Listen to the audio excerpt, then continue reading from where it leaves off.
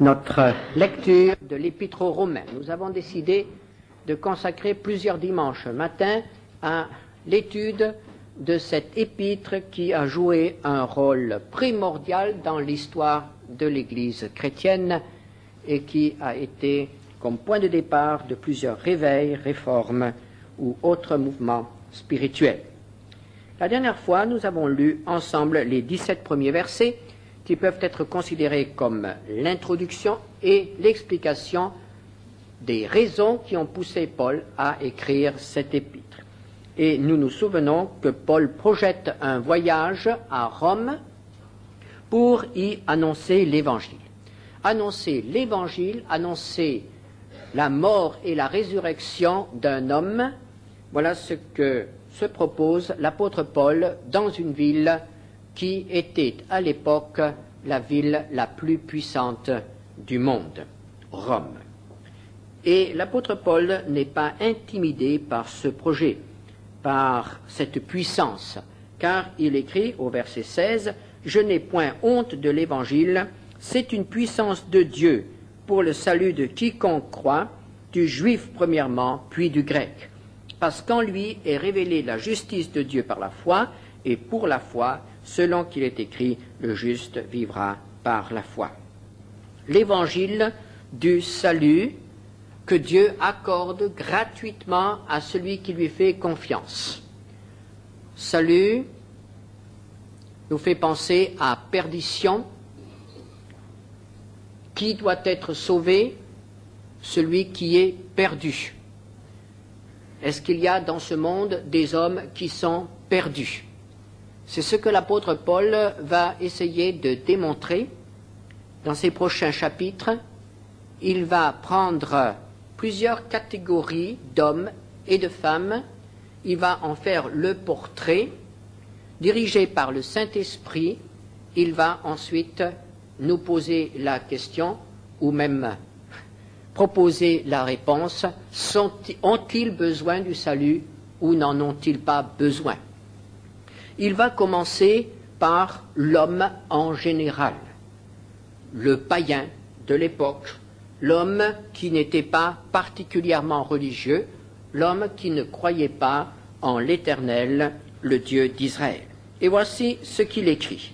Dans Romains, au chapitre 1er, il fait le tableau, le portrait de cet homme. Verset 18. La colère de Dieu se révèle du ciel contre toute impiété et toute injustice des hommes qui retiennent injustement la vérité captive. Car ce qu'on peut connaître de Dieu est manifeste pour eux, Dieu le leur ayant fait connaître. En effet, les perfections invisibles de Dieu, sa puissance éternelle et sa divinité, se voient comme à l'œil depuis la création du monde, quand on les considère dans ses ouvrages. Ils sont donc inexcusables. Puisque, ayant connu Dieu, ils ne l'ont point glorifié comme Dieu, et ne lui ont point rendu grâce, mais ils se sont égarés dans leurs pensées, et leur cœur sans intelligence a été plongé dans les ténèbres. Se vantant d'être sages, ils sont devenus fous, et ils ont changé la gloire du Dieu incorruptible en image, représentant l'homme corruptible, des oiseaux, des quadrupèdes et des reptiles.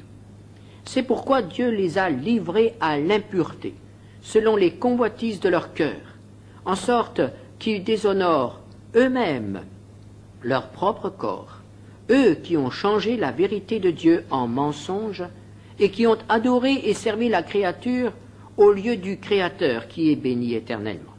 Amen.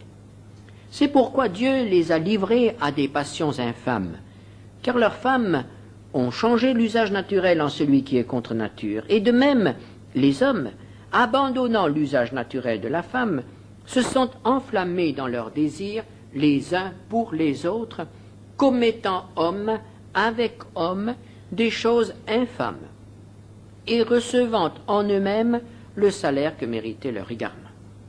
Comme ils ne se sont pas souciés de connaître Dieu, Dieu les a livrés à leur sens réprouvé pour commettre des choses indignes, étant remplis de toute espèce d'injustice, de méchanceté, de cupidité, de malice, plein d'envie, de meurtre, de querelles, de ruses, de malignité, rapporteur, médisant, impie, arrogant, hautain, fanfaron, ingénieux au mal, rebelles à leurs parents, dépourvus d'intelligence, de loyauté, d'affection naturelle, de miséricorde. Et bien qu'ils connaissent le jugement de Dieu, déclarant dignes de mort ceux qui commettent de telles choses, non seulement ils les font, mais ils approuvent ceux qu'ils font, ceux qui les font. Une analyse précise,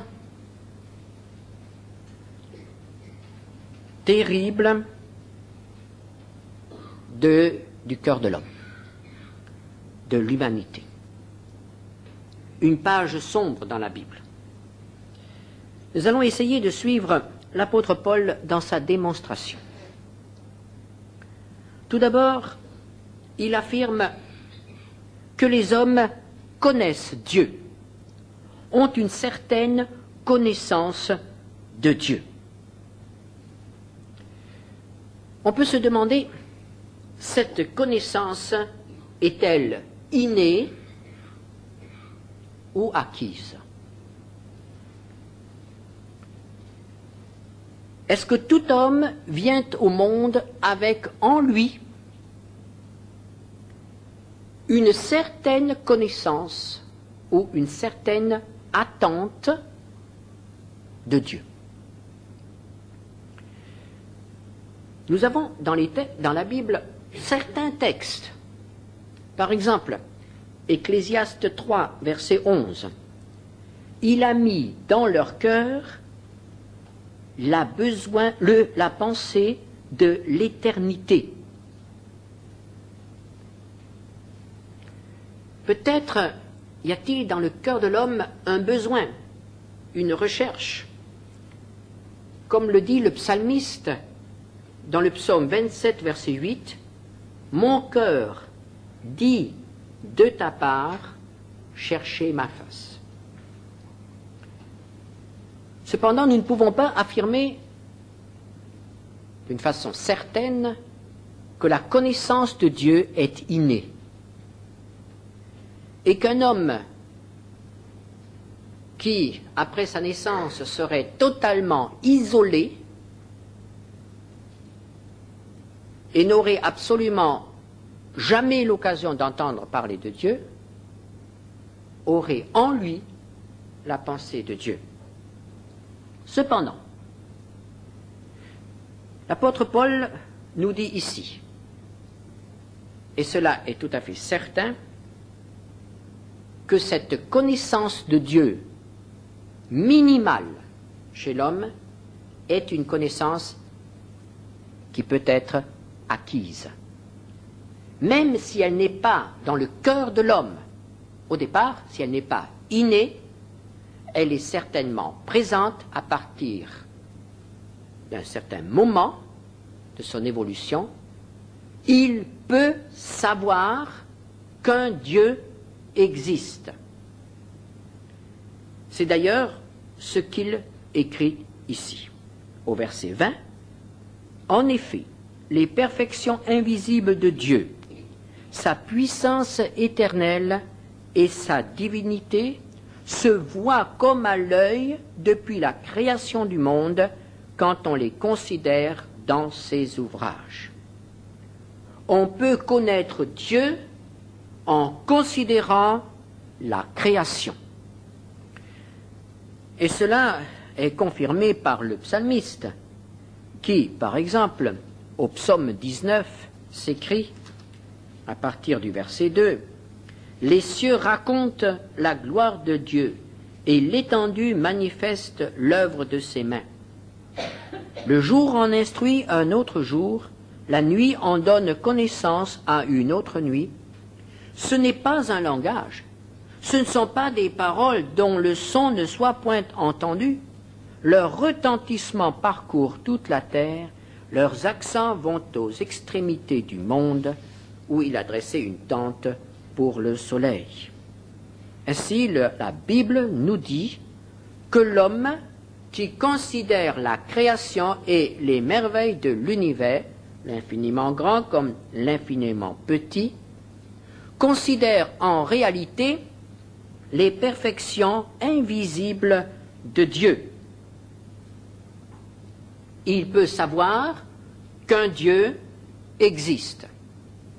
Et nous pourrions ajouter, de nos jours, dans nos pays, cette connaissance est facilitée par la Bible. On peut acheter une Bible, et ceux qui n'en ont pas ont au moins entendu parler de la Bible. Dans un pays comme le nôtre, nous pouvons être certains que tout homme que nous rencontrerons a une connaissance minimale de l'existence d'un Dieu. Que peut-on connaître de Dieu lorsque l'on considère la création? Tout d'abord, l'apôtre Paul nous parle de la puissance éternelle. Quelle puissance se manifestait dans la création de l'univers? Quelle puissance se manifeste dans la nature? Les chercheurs, aujourd'hui, découvrent toujours plus profondément ce qu'est la matière, ce qu'est la vie. Ils y découvrent la puissance. La matière n'est pas morte, elle est énergie, elle est puissance. Et cette puissance a une origine. Rien ne vient de rien. Il y a un point de départ. Et ce point de départ, c'est le Créateur qui l'a donné. L'apôtre Paul parle également de la perfection, les perfections invisibles de Dieu. Tout à l'heure, je faisais un petit tour dans notre jardin, en vous attendant. Et je me préoccupais pour voir si le grand gel de cet hiver n'avait pas fait trop de dégâts. Il a fait des dégâts. Mais ce que nous pouvons constater, c'est que même si, en regardant notre petit buisson là au fond de la cour, il nous paraît mort et desséché, si vous allez jeter un coup d'œil tout à l'heure, vous trouverez déjà de minuscules bourgeons. La vie triomphe. Et quelle puissance, quelle énergie, quelle perfection dans un bourgeon, dans une fleur, dans un fruit, dans un être vivant, dans l'homme en général. La perfection de l'œuvre de Dieu. Perfection qui a été perturbée, qui a été bien abîmée par l'homme. Mais malgré tout, elle est là. On la voit. On peut la discerner encore. On connaît l'auteur par son œuvre. Et lorsque nous voyons que tout ce que fait le même auteur est parfait, nous arrivons à la conclusion que cet homme lui-même, que cet auteur lui-même est parfait. Et ici, il ne s'agit pas d'un homme, il s'agit de Dieu. Nous réalisons que l'auteur de toutes ces choses est parfait, il est donc Dieu. Cette connaissance, qui est une connaissance minimale, un point de départ, peut être étendue. Dieu est prêt à aider un homme qui a accepté ce postulat, ce point de départ, qui a cette connaissance minimale. Il est prêt à l'aider à aller plus loin. Et c'est ainsi qu'au verset 28, nous lisons « Ils ne se sont pas souciés de connaître Dieu », ce qui sous-entend que quelqu'un qui est soucieux de connaître Dieu peut approfondir sa connaissance de Dieu. Par exemple, l'apôtre Paul, en s'adressant aux philosophes d'Athènes, leur dit dans Acte 14, verset... Non, ce n'est pas à Athènes. Dans Acte 14, verset 17, c'est à Lystre, Ce Dieu, dans les âges passés, a laissé toutes les nations suivre leur propre voie, quoiqu'il n'ait cessé de rendre témoignage de ce qu'il est, en faisant du bien, en vous dispensant du ciel des pluies et les saisons fertiles, en vous donnant la nourriture avec abondance et en remplissant vos cœurs de joie. Et c'est à Athènes qu'il dit, dans Actes 17, verset 28, « Car en lui, nous avons la vie, le mouvement et l'être. » C'est ce qu'ont dit les poètes, nous sommes de sa race. Et il a voulu qu'ils cherchassent le Seigneur et qu'ils s'efforçassent de le trouver en tâtonnant, bien qu'il ne soit pas loin de chacun de nous. Cherchez en tâtonnant. Cherchez quand même, et nous trouverons. Donc quelqu'un qui a cette connaissance minimale de Dieu peut étendre, approfondir cette connaissance et aboutir à la découverte du Dieu créateur. Donc ces hommes connaissaient l'existence d'un Dieu créateur. Et qu'ont-ils fait? Au verset 21, « Ayant connu Dieu, ils ne l'ont point glorifié comme Dieu, et ne lui ont point rendu grâce. » Ils ne l'ont point glorifié. Qu'est-ce que cela signifie?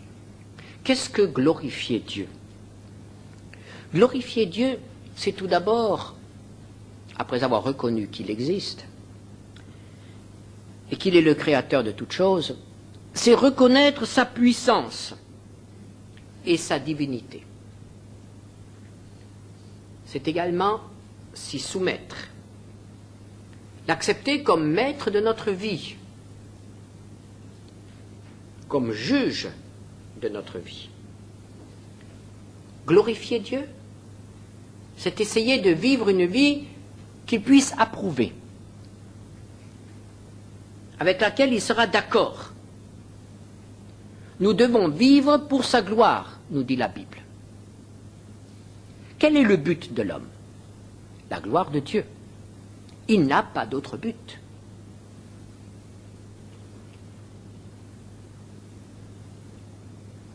Dieu veut donc que l'homme, sa créature, le glorifie.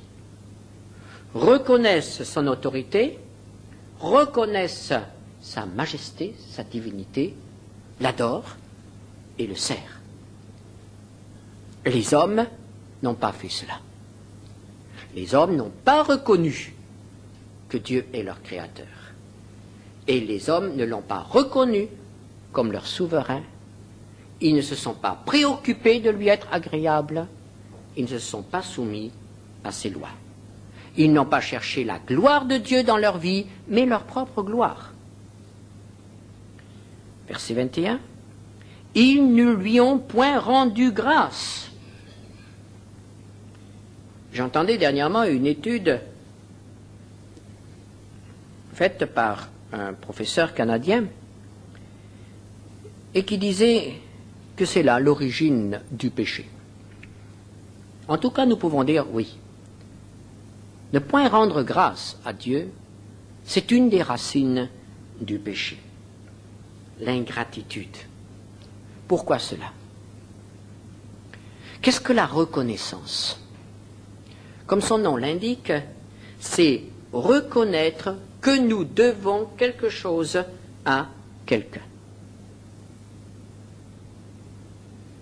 Il nous a fait du bien, nous le reconnaissons. Nous reconnaissons ses bienfaits ou son intervention. Nous reconnaissons que nous lui devons notre gratitude. Il a fait quelque chose en notre faveur. Le refus de reconnaissance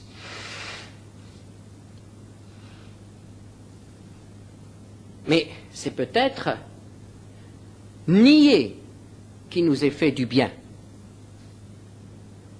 Nier que nous lui soyons redevables de quelque chose. Moi, Dieu, je ne lui dois rien. Ce que je suis, ce que j'ai, je le dois à mon travail, à mon intelligence. Dieu, je ne lui dois rien.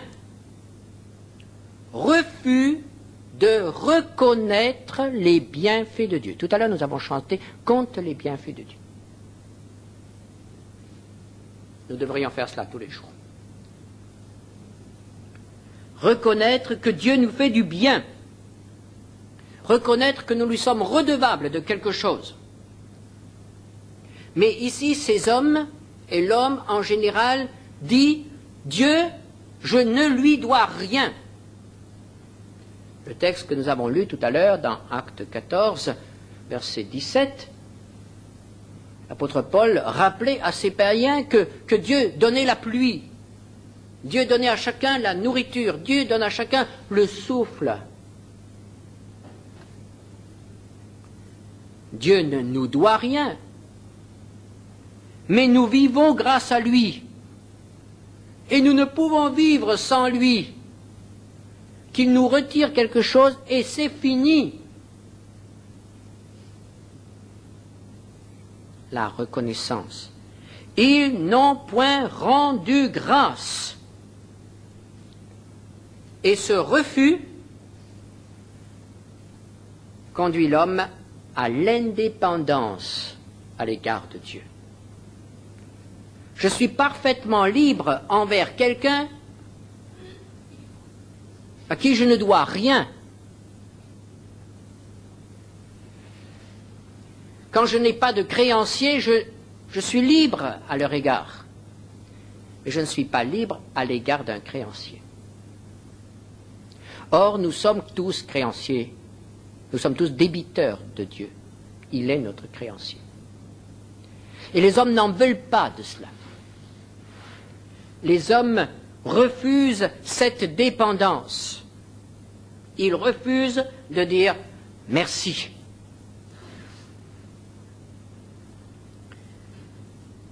Ce refus de remercier Dieu ouvre alors la porte à l'orgueil.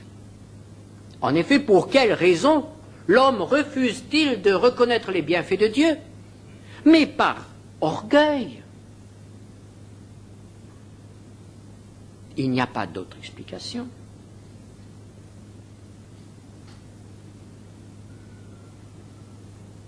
C'est l'orgueil qui nous empêche de reconnaître les bienfaits de notre Créateur et de notre Sauveur. C'est l'orgueil qui nous fait dire « Je ne dois rien à Dieu et il n'a rien fait pour moi ». Et finalement, comme nous agissons là contre le témoignage de notre conscience, contre le témoignage des faits, nous nous révoltons contre la vérité, contre notre conscience et contre les faits. Et c'est le début de la révolte de l'homme. Il n'y a point de Dieu. Si on supprime le créancier, on croit être débarrassé des dettes. Si on supprime le Créateur, on peut affirmer que l'on vient de nulle part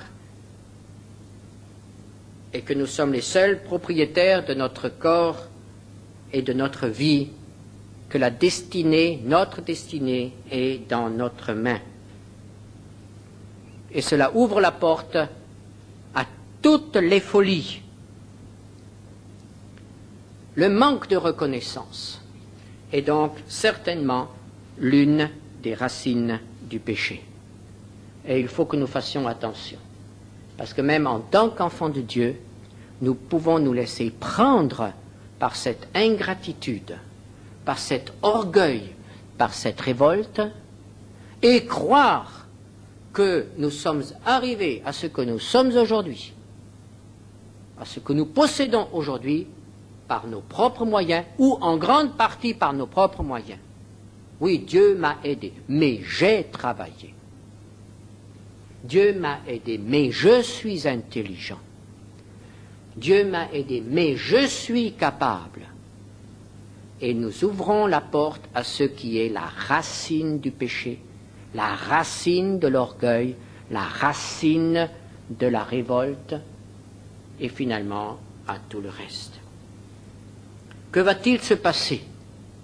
Quelle va être l'attitude de Dieu envers ces créatures qui disent tout simplement « Il n'y a pas de Dieu », qui tuent Dieu pour ne rien devoir à personne? Que va-t-il se passer? La foudre va-t-elle tomber du ciel et les détruire? Oh non! Dieu, au verset 24, verset 21, nous dit qu'il les a laissés s'égarer. Puisque, ayant connu Dieu, ils ne l'ont point glorifié comme Dieu et ne lui ont point rendu grâce, mais ils se sont égarés dans leurs pensées et leur cœur sans intelligence a été plongé dans les ténèbres. Ne voulant pas connaître le vrai Dieu, ils en ont inventé d'autres. Ils ont cherché à le remplacer. Ils ont proposé des explications philosophiques ou religieuses. Si nous jetons un coup d'œil sur ce qu'écrivent les philosophes, sur ce qu'ils ont écrit au cours des siècles concernant Dieu, on peut être consterné. Tout ce qui a été dit sur Dieu, tout ce qui a été imaginé sur Dieu, et à quoi ont-ils abouti? Ce n'est pas le vrai Dieu qui nous est présenté. Ce sont des caricatures, ce sont de faux dieux.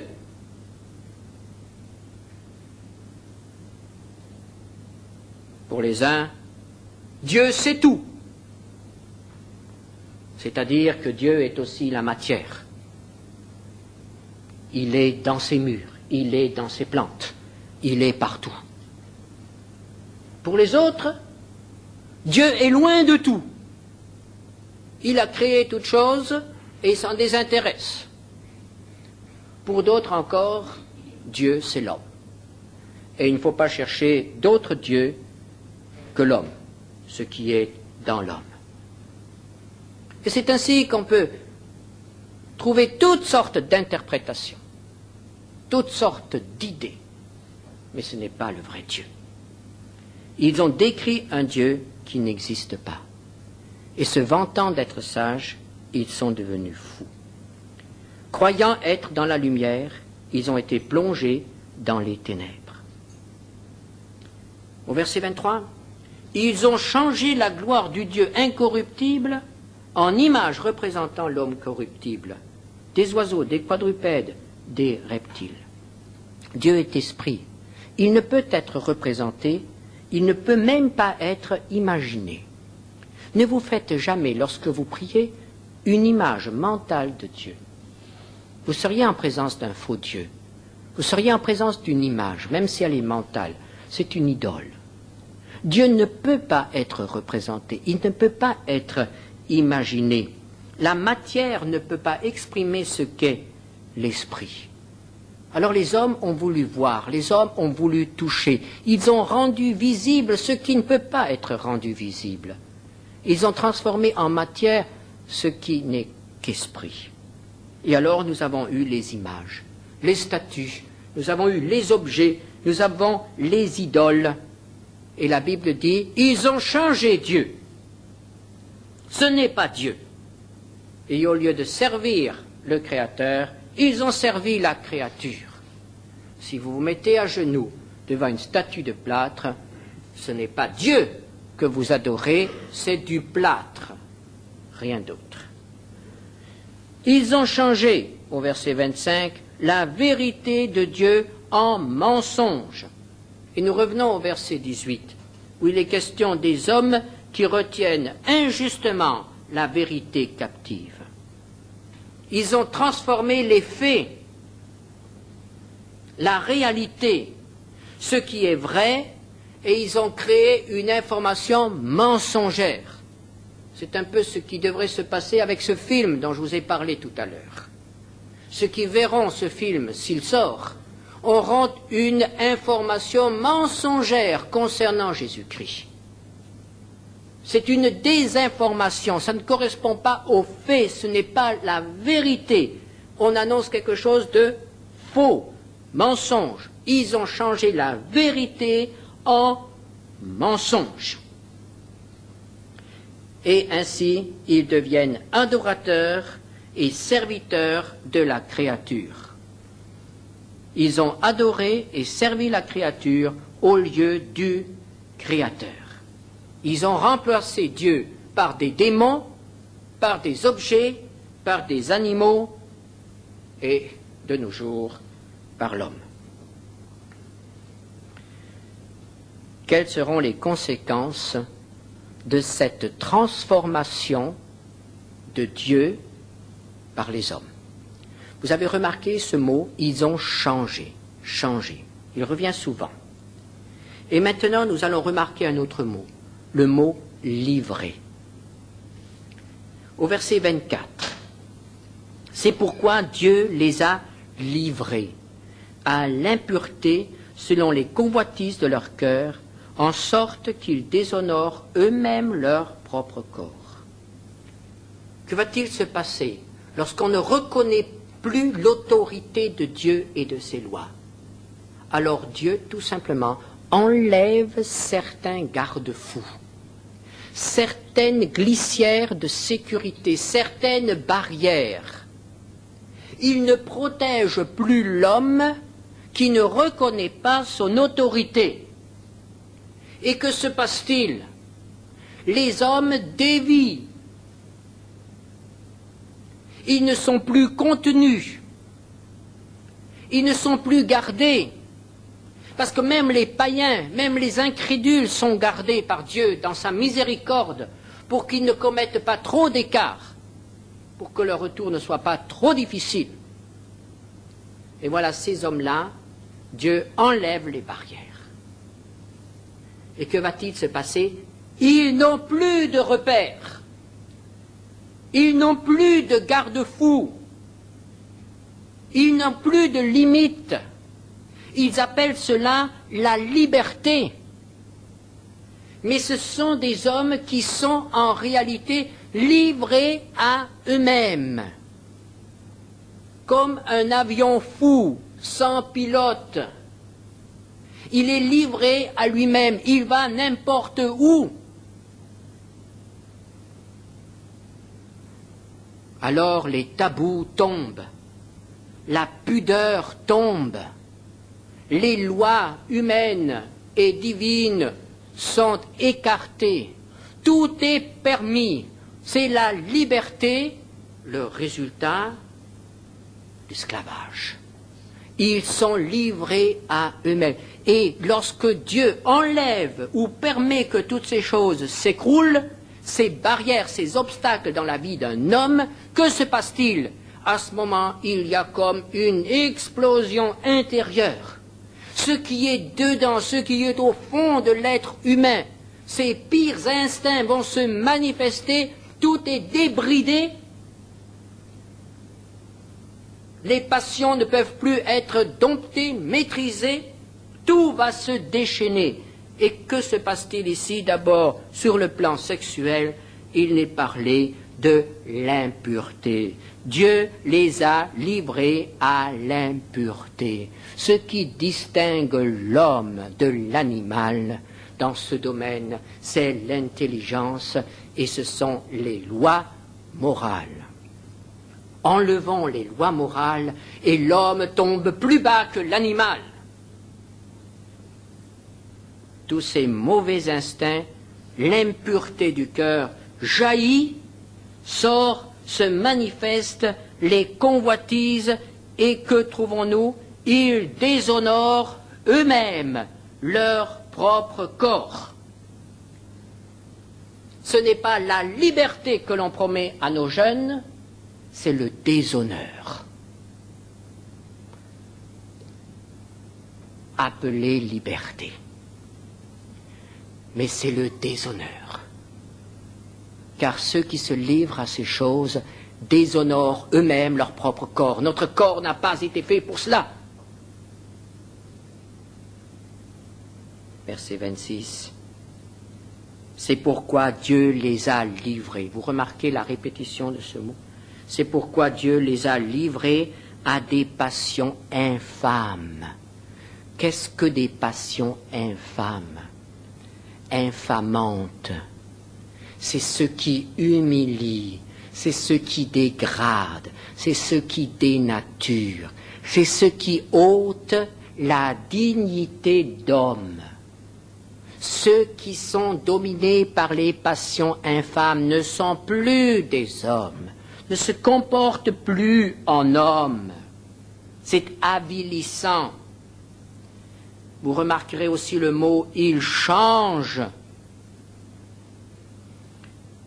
Dieu les a livrés à des passions infâmes, car leurs femmes ont changé l'usage naturel en celui qui est contre nature. Et de même, au verset 27, les hommes, abandonnant l'usage naturel de la femme, se sont enflammés dans leurs désirs les uns pour les autres, comme étant homme avec homme, des choses infâmes. Toujours plus loin, toujours à la recherche de sentiments nouveaux, de sensations nouvelles. Ce qui est beau, ce qui est pur, ne satisfait plus. On veut aller plus loin, on veut goûter d'autres choses, et on est entraîné dans le cycle infernal de ces passions infâmes. Il change l'ordre voulu de Dieu.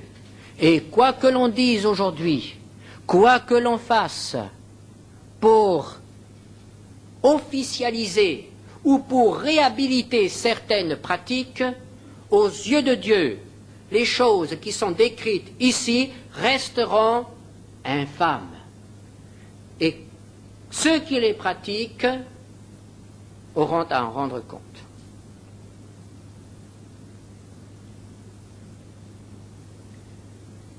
Il y a toujours eu, entre l'idolâtrie et l'impureté, une relation. Vous savez que les cultes de l'Antiquité, les cultes idolâtres, étaient toujours en relation avec la prostitution sacrée, avec l'impureté. Mais là, je voudrais dire un mot aux jeunes ou aux moins jeunes qui ont des problèmes dans le domaine de l'impureté. Et vous luttez peut-être. Vous luttez peut-être contre ce problème de l'impureté. Eh bien, voyez-vous, réfléchissez, reprenez ce texte. Il y a peut-être là quelques indications qui pourront vous aider. Ça commence par le manque de reconnaissance. Êtes-vous satisfait de ce que Dieu vous a donné? Savez-vous rendre grâce? Ça continue avec l'orgueil et finalement avec l'idolâtrie. Là, vous allez m'arrêter et me dire, non, je ne suis pas idolâtre. Je suis un protestant évangélique, je ne suis pas idolâtre. En êtes-vous certain? Nous pouvons être des adorateurs de notre corps, des adorateurs de nous-mêmes. Nous pouvons être tellement remplis de nous-mêmes que Dieu est obligé de nous laisser tomber dans certains péchés qui nous humilient, qui nous avilissent à nos propres yeux, qui nous font honte, au point que nous n'osons même plus lever les yeux pour prier. Et vous luttez contre cette tentation. Mais il faut aller à la racine. L'impureté vient d'ailleurs. C'est tout simplement parce que Dieu a peut-être, par amour pour nous, été obligé à un certain moment d'abaisser les barrières pour nous faire voir ce que nous sommes en réalité. Il n'y a pas de punition plus terrible que lorsque Dieu abandonne un homme à ses propres instincts. Lorsqu'il donne à l'homme ce qu'il réclame par-dessus tout, la liberté. Il n'y a pas de punition plus grave. La mort n'est pas aussi grave, la mort physique n'est pas aussi grave que cet abandon. Parce que cet abandon ouvre la porte à toutes les dégradations. Et alors vient le catalogue. Comme ils ne se sont pas souciés de connaître Dieu, Dieu les a livrés à leur sens réprouvé pour commettre des choses indignes, étant remplis de toute espèce d'injustice, de méchanceté, de cupidité, de malice, pleins d'envie, de meurtre, de querelle, de ruse, de malignité, rapporteurs, médisants, impies, arrogants, hautains, fanfarons, ingénieux au mal, rebelles à leurs parents, dépourvus d'intelligence, de loyauté, d'affection naturelle, de miséricorde. Voilà le catalogue. Et on s'y retrouve.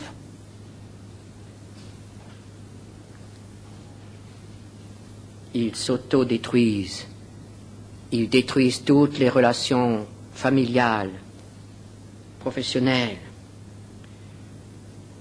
Et nous allons continuer au verset 32. Et bien qu'ils connaissent le jugement de Dieu déclarant dignes de mort ceux qui commettent de telles choses, ils savent parce que leur conscience leur parle. Non seulement ils les font, mais ils approuvent ceux qui le font.